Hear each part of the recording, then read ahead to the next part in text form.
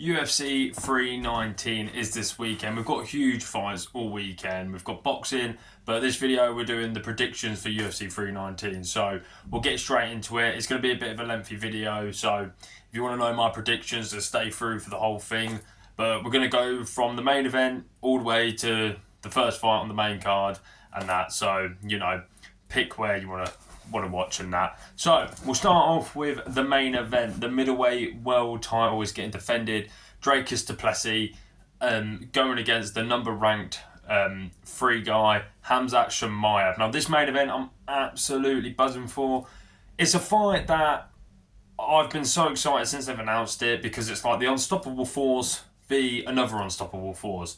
So we'll talk about the challenger Khamzat, obviously being ranked number 3, 14-0, with I think 12 of them coming by the way of finish, submission, knockout, all that.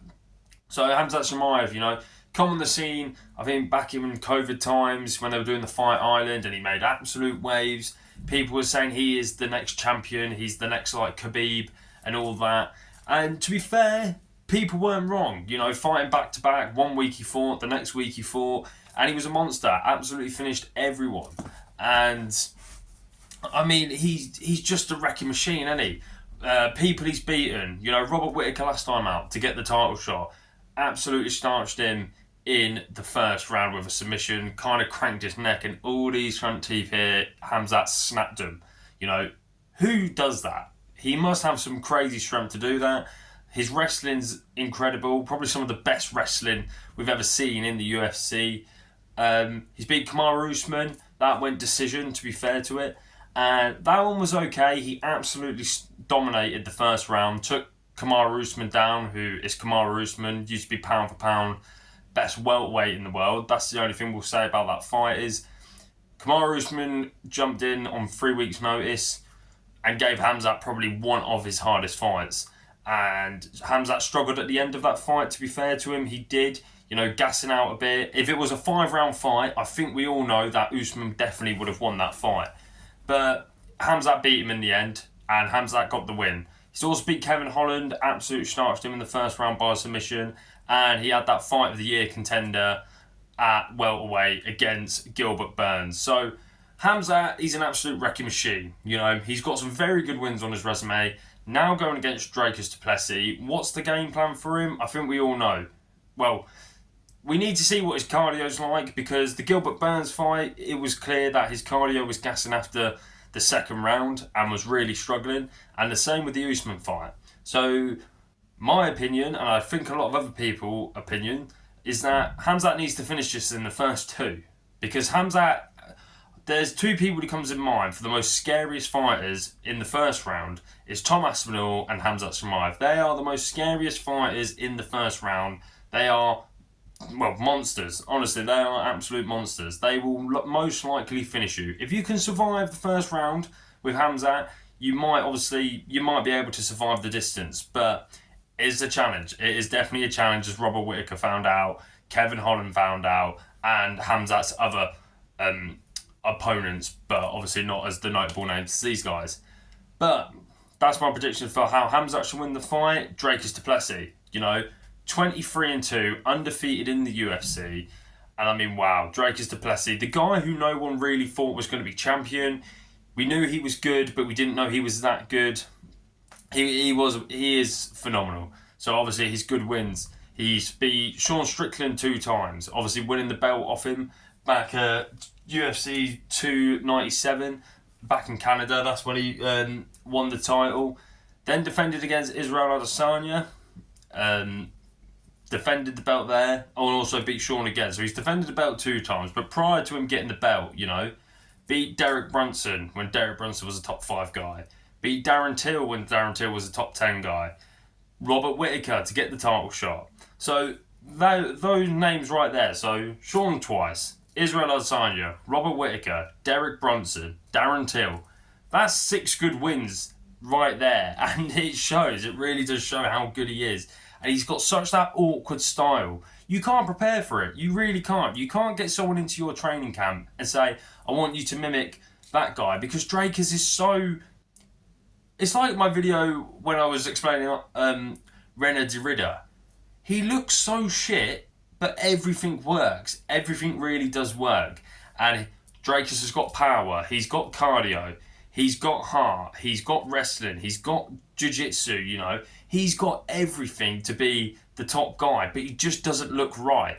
But it's effective. So, fair play to Drakus, because I definitely never thought he would get to this level. He always looks sloppy. He always looks this. Even in the Israel Adesanya fight, I thought Israel has definitely got this. Drakus is too sloppy. The fight goes and Drakus is being sloppy, but he was hurting Israel Adesanya. The way he got the finish, he's just there, you know, charging, landed 2 big punches, rocked Israel, got a very sloppy takedown, and then ends up submitting him. So it clearly shows against the top level guys that it's effective. And I think for Drakus du Plessis, I think Drakus du Plessis has just got to do Drakus du Plessis. He's definitely got to survive. He's got to be cautious of that first round because how good Khamzat is in the first round. But if it goes past round 1, maybe 2, I think Drakus wins this, you know, with his cardio and everything like that. I personally think Drakus du Plessis will win this fight. That is my prediction. I think Drakus will win it maybe a late stoppage, like around 4 or 5. But at the same time, we don't know how good Khamzat's cardio is for a 5-round fight and that. And, you know, he's been healthier. Obviously, Khamzat did have COVID. Very bad COVID, to be fair to him. But yeah, that's what I think about that fight. I think Drakus du Plessis will get a late stoppage, probably ground and pound. But I think it will be on the fact of Khamzat will get exhausted. So that's my prediction on that one. Drakus du Plessis, round 5 stoppage. Round 5 stoppage, ground and pound. That's what I'm going to say. Right, co-main event. We have got Lerone Murphy. This is at featherweight, by the way. So at featherweight, we have got Lerone Murphy, ranked number 6, going against the newcomer, Aaron Pico. Now, Lerone Murphy being 16-0 with 1 no contest, so Murphy being undefeated. Aaron Pico coming from Bellator, I'm pretty sure, 13-4. I'll be honest, I've always known of Aaron Pico. I've always known the hype around Aaron Pico. Then, obviously, Aaron Pico lost a few and people were saying, the hype weren't real. But then he's bounced back and won, I think, 4 out of his last 5. I think he's won 4 or all 5 of them. So I'm not 100% sure on that. But apart from that, I'll be honest, I don't know much about Aaron Pico. I know he's some crazy athlete. I know he's very good. I will admit that. I know he's very good. I know he's a very all-rounded fighter. He's got highlight reels. You could type him up. I've watched them myself. But I know more about Lerone Murphy. So we'll just quickly talk about Lerone Murphy. So obviously, 16-0, being the ranked number 6 guy at featherweight. You know, got wins against Josh Emmett. Very impressive win. Danny Ige, another impressive win. Edson Barboza, another impressive wins. They're probably Lerone's most notable wins. But the Josh Emmett one really does stand out for me in the fact of they're all decision wins, by the way. But the fact is, Lerone never lets an opponent play their fight. Lerone will stay there, pick apart. He's got nasty leg kicks. His boxing is very good. His grappling is very good. He's a very all-rounded fighter. And no one's been able to figure him out yet. The only time he has struggled was against Danny Ige, when Danny Ige dropped him, I think in the second round. But we all know Ige, he's a very durable guy. I don't think he's ever been finished in the UFC, maybe once or twice, I don't know. But Ige is very good. This fight, I think it's going to be decision for Lerone Murphy. I'm going with the British guy, obviously being British myself. I'm going with Lerone as well, just for the fact of I watch UFC. This is the newcomer. I don't really care about Aaron Pico, to be fair. Like, it's cool to have him in the UFC. I do like it when the new guys from like Bellator and One Championship and PFL and all that come over. And to be fair to Aaron Pico, he's still really young. He's 28 years old, you know, so we haven't seen his prime yet. Compared to the likes of Michael Chandler, MVP's a bit of a 50-50 one, but a prime example is Pitbull, Maurizio Pitbull. He didn't come over to the UFC in his prime, and he doesn't look great, you know. He doesn't look great at all. You know, he lost against Yair Rodriguez, that's how you say his name. Got battered, really, just got picked apart, and had a very, very 50-50 fight with Danny Ige, and you could have said maybe Danny Ige won. So, yeah, I'm going with Lerone Murphy. I'm going with a decisions win. But the only thing I will say about this fight is it could be a potential guy, whoever wins, for Volkanovski.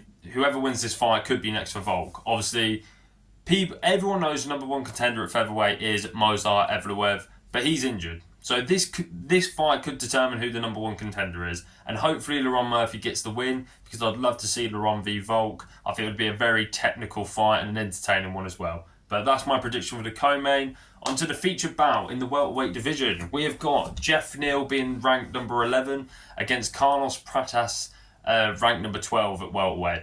Now, this fight was scheduled before, and now we've got it back. I'm so buzzing that they rebooked this fight, because it is a striker's delight.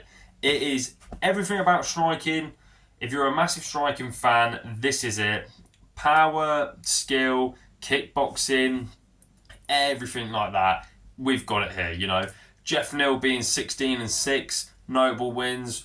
Rafael dos Santos, Vicente Luque, and the former champion Bilal Muhammad, but that was at the start of their careers. But it's still, that win has aged like fire and wine. So Jeff Neal's got some good wins. He has got more good wins on his resume, but I thought those were the ones what stood out the most. Carlos Pratas, 21-7. That's a very good record, to be fair. The only notable win for Carlos Pratas is probably Neil Magny and Li Jingliang. They're the only ones, but Carlos Pratas is so entertaining. He lost his last fight against Ian Gary, but to be fair, in the last round of that fight, he nearly finished Ian Gary. And we all know how good Ian Gary is, as much as he is a bit of an odd one, we'll say, an odd one. I really like Ian Gary, but I can see why people think he's odd. He nearly finished Ian Gary and looked impressive. Like, finishing the fight how you should, on top. So, yeah, who do I think is going to win this one? I think it's a very 50-50 one. I'm not going to be surprised who comes up on top with this. I think Jeff Neal is a very underrated guy, only losing to the best of people. It's the same with the main event. I'm not going to be surprised who wins. I'm leaning more towards Carlos Pratas, only because he's the bigger guy, obviously, and I'd probably say he's got more power, but it's power v power. I don't know. I'm very 50-50. It's rather going to end in a finish, or we are going to get a 3-round classic. But I'm going to go with Carlos Pratas, and I'm going to go with a decision win for him. Right, the next fight in the middleweight division as well. This one I am very, very excited for. Probably the second fight I'm most excited for. So we've got Jared Cannonier, ranked number 9, against MVP. Now, I didn't expect MVP to stay at middleweight. Obviously, MVP's notable wins: Shara Bullet, that was his last fight, and Kevin Holland. Only losing to Ian Gary. That's not a bad loss at all. But yeah, after MVP beat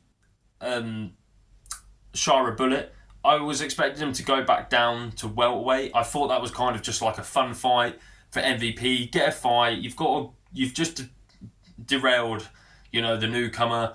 But no, he's decided to stay at middleweight, and he's going against Jared Cannonier, who is a very tough challenge at middleweight. But if MVP could win this fight, he gets ranked in the top 10 of middleweight. Now, Jared Cannonier being 18-8, only losing to the best guys, like generally the best guys. I think he's got a couple of wins who are against meh people. But, Jared Cannonier's good wins. He's got Jack Hermansson when he was ranked in the top 10. Marvin Vettori when he was ranked in the top 10. He's last time out beating the new up-and-coming guy, Gregory Rodriguez. Pretty sure that's his second name, but he knows RoboCop. Sean Strickland, he's even beaten Sean Strickland. I know it was a bit of a controversial fight. Kelvin Gastelum when he was ranked in the top 15, and Derek Bronson. He's got so many good wins there, and he's got more good wins as well, but they're the best wins he's got. So who do I think is going to win this fight? Once again, I'm going with the English guy. I'm going with MVP. I think MVP will probably just do what MVP does. If it's a striking matchup, you're not going to win against MVP. So what Cannonier's got to do, he really has to put the pressure on, make it a dogfight, and he's got to try to take MVP down, because MVP is just so awkward and good on the feet that you're just going to get picked apart. Like Shara Bullet, MVP just picked him apart and made him look stupid. you know. Yeah, so I'm going with MVP with probably... I could actually see MVP getting a TKO win on this one, so I'm probably going to go just as a gamble one. It'll probably be a decision, but let's just say for fun, we're going with a round 2 TKO for MVP. The last fight on the main card, I'm not really too interested, to be fair. It's Tim Elliott, ranked number 11, against Kaya Sakura, being ranked number 15 in the flyweight division. Tim Elliott being 21-13, not a great record. But to be fair to Tim Elliott, he's a legend. He is an absolute legend of flyweight, and he has lost only to the best guys, to be fair to him. So there's actually no shame in his record. So to be fair to Elliott, fair play to him.